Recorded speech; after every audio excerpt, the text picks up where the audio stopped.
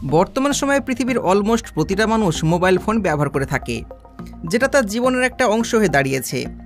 এই সমস্ত মোবাইল ফোনগুলোর ভিতরে সিম কার্ড ঢোকানো হয়, আর এই সিম কার্ড মানুষকে একে অপরের সঙ্গে সংযোগ ঘটাতে সাহায্য করে। কিন্তু এই সিম কার্ড যদি না তৈরি হতো, তাহলে আমাদের হাতে মোবাইল ফোনগুলো শুধুমাত্র একটা খেলনা হিসেবে কাজ করত।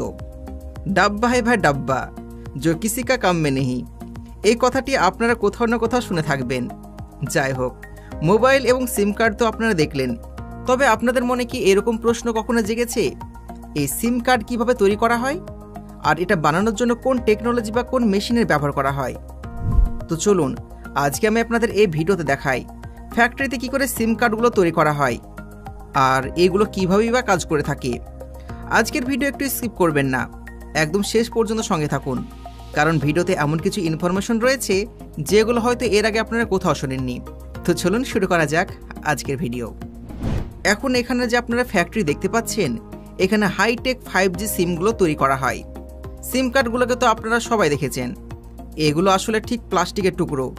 তবে যদি আমরা এই সিম কার্ডের বডির কথা বলি, তাহলে এগুলো একটি বিশেষ প্রকার পদার্থ দিয়ে তৈরি করা হয়েছে। এই সিম কার্ডের বডিগুলো ওয়েস্ট প্লাস্টিক দিয়ে তৈরি করা হয়, আর এখানে হার্ড পিভিসি দিয়ে তৈরি করা হয়।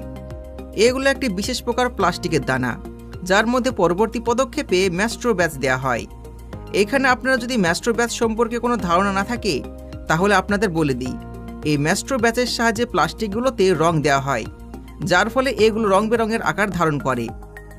যখন এই দুই পদার্থের মিশ্রণ হওয়া কমপ্লিট হয়ে যায়, তখন এগুলোকে একটা মেশিনের মধ্যে নেওয়া হয়, যেখানে এই মেশিনটি এগুলোকে হিট করতে সাহায্য করে। আপনারা এখন যে মেশিনটি দেখতে পাচ্ছেন, এটি আসলে একটি মোল্ডিং মেশিন, যার নিচের অংশে হিটিং কম্পোনেন্ট লাগানো থাকে। এটা সেই অংশ যা এই প্লাস্টিকগুলোকে গলতে সাহায্য করবে। এই কম্পোনেন্ট এতটাই হিট প্রদান করে যে প্লাস্টিকের মেটেরিয়ালগুলো খুবই সহজেই এর মধ্যে গলন্ত অবস্থায় থাকে। এরপর এর মধ্যে থেকে প্লাস্টিকের লম্বা লম্বা পাতা বেরিয়ে আসে, যেগুলো দেখতে ঠিক এরকম লাগে।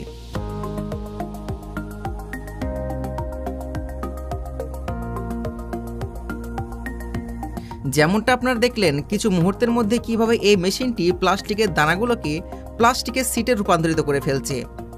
এখানে একটি কাটিং মেশিন লাগানো থাকে, যেটি এই প্লাস্টিকের সিটগুলোকে কার্ডের আকারে কাটতে থাকে। এরপর ধীরে ধীরে এগুলোকে কার্ডের রূপ দেওয়া হয়। যেমনটা আপনারা জানেন, এই সিম কার্ডগুলো আলাদা আলাদা স্লট হিসাবে তৈরি করা হয়, যেমন মাইক্রো সিম, ম্যাক্রো সিম এবং ছোট বড় অনেক রকম থাকে। এই সমস্ত সিমের সাইজ অনুসারে আলাদা আলাদা স্ট্রাকচার তৈরি করা হয়। এখন পরবর্তী প্রসেস হলো এই সমস্ত স্ট্রাকচারগুলোর মধ্যে সিমের চিপ ইনস্টল করা।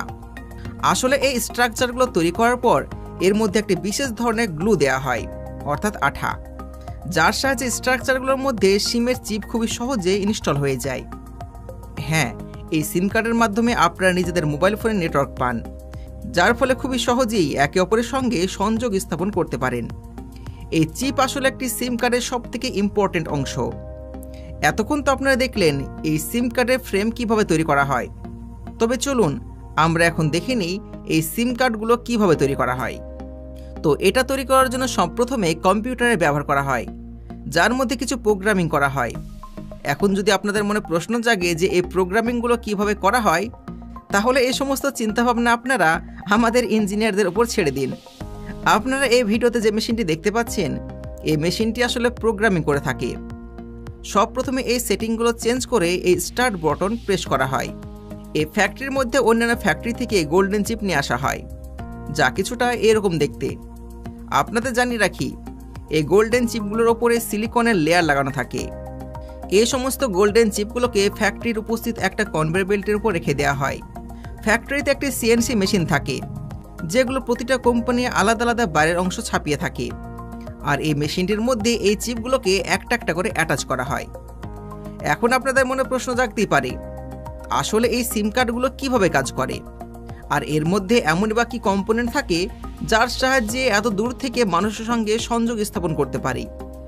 আপনাদের হয়তো অনেকেই জানা, মোবাইলে থাকা সিম কার্ড মানুষের পরিচয় হিসাবে কাজ করে। এই সিম কার্ডগুলোর মধ্যে একটি মাইক্রোচিপ লাগানো থাকে, যেটা ডাটা ট্রান্সফারের জন্য খুবই ইম্পর্টেন্ট একটি পার্ট। এখন আপনাদের মনে প্রশ্ন জাগছে, এই ছোট্ট সিম কার্ডের ভিতরে এতগুলো ডাটা কি করে থাকে? তাহলে আপনাদের জানিয়ে দিই, এটা করার জন্য ICC-ID টেকনিকের ব্যবহার করা হয়।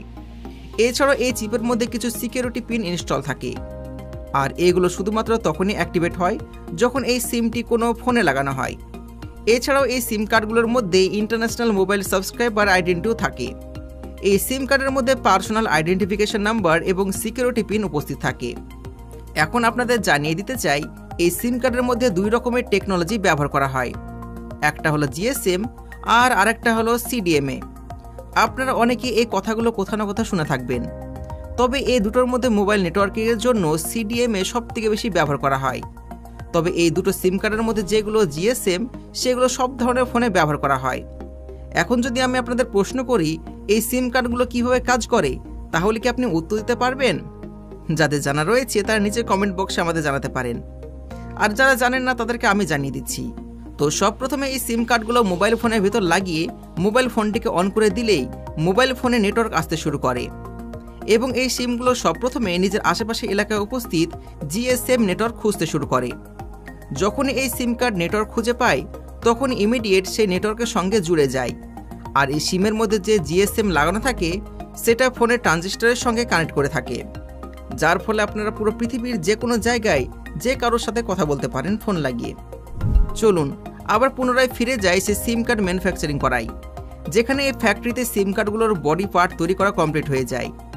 এখন এগুলোকে একটা অটোমেটিক মেশিনের কাছে নিয়ে যাওয়া হয়।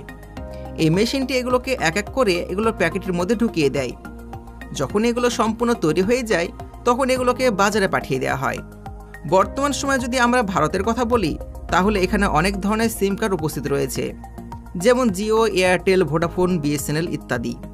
তবে অবাক করার বিষয় হলো বর্তমান সময়ে বিএসএনএলের প্রতি মানুষ বেশি ঝোঁক করেছে, কারণ হঠাৎ করে জিও তাদের প্ল্যান বাড়িয়ে দিয়েছে, অনেক টাকা লাগছে রিচার্জ করতে। তবে আমাদের ভারতবর্ষে প্রায় মানুষ বিএসএনএল ব্যবহার করে থাকে। তবে এই সমস্ত কোম্পানিগুলো নিজেদের সিম কার্ডগুলোকে আলাদাভাবে বাজারে পাঠিয়ে থাকে এবং আলাদা আলাদা অফার দিয়ে বিক্রি করে থাকে, যেন আপনারা আকর্ষিত হতে পারেন এবং কিনে নেন। এর সাথে এই সমস্ত কোম্পানিগুলো প্রায় প্রতিটা অঞ্চলেই নিজেদের নিজস্ব টাওয়ার লাগিয়ে থাকে, যার ফলে এই সিম কার্ডগুলো খুবই সহজেই নেটওয়ার্কের সঙ্গে কানেক্ট হয়ে যায়। তবে একটা জানার বিষয় হলো সিম কার্ডের ইম্পর্টেন্ট অংশ যেগুলো এই সিম কার্ডের মধ্যে লাগানো থাকে, যাকে আমরা সাধারণ ভাষায় সিম কার্ড লগ হিসাবে জানি, যেগুলো আপনারা সব ধরনের সিম কার্ডের মধ্যেই পেয়ে যাবেন। এটা একটা টেকনিক যার সাহায্যে আপনারা আপনার সিম কার্ডকে একটা পাসওয়ার্ড প্রোটেক্ট করতে পারবেন। এমত অবস্থায় আমরা যদি আমাদের এই সিমটিকে অন্য ফোনে ঢুকে ব্যবহার করার চেষ্টা করি, সেখানে এই সিমটি আমাদের কাছে পাসওয়ার্ড চাইবে। চলুন এবার এটা জেনে নিই এই সিম কার্ডগুলো কত ধরনের হয়। সাধারণত দেখতে গেলে সময়ের সঙ্গে সঙ্গে এই সিম কার্ডগুলো অনেক ছোট হয়ে গিয়েছে। বর্তমান সময়ে আমাদের সবার হাতে স্মার্টফোন রয়েছে, আর যদি আমরা এই স্মার্টফোনে এই সিম কার্ডগুলো লাগাতে চাই তাহলে সেখানে ন্যানো সাইজের সিমগুলো আমাদের লাগাতে হয়।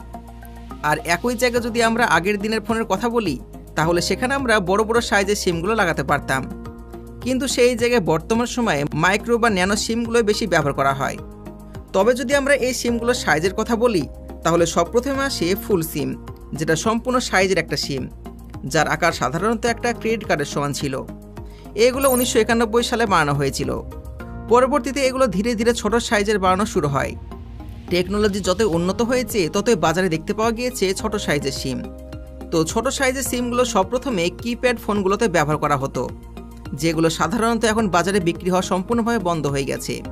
আর ধীরে ধীরে টেকনোলজি যতই উন্নত হয়েছে ততই আমাদের বর্তমান সময়ে স্মার্টফোনগুলোতে মাইক্রো বা ন্যানো সিম ইউজ করা হচ্ছে, যেগুলো বর্তমান সময়ে প্রায় সমস্ত স্মার্টফোনগুলোতেই ব্যবহার করা হচ্ছে।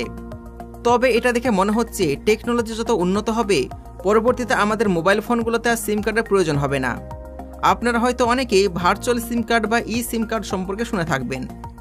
হ্যাঁ বন্ধুরা, এই সিম কার্ড ভবিষ্যতে মাইক্রো সিম বা ন্যানো সিমের কার্ডগুলোকে সম্পূর্ণভাবে রিপ্লেস করে দিতে পারে।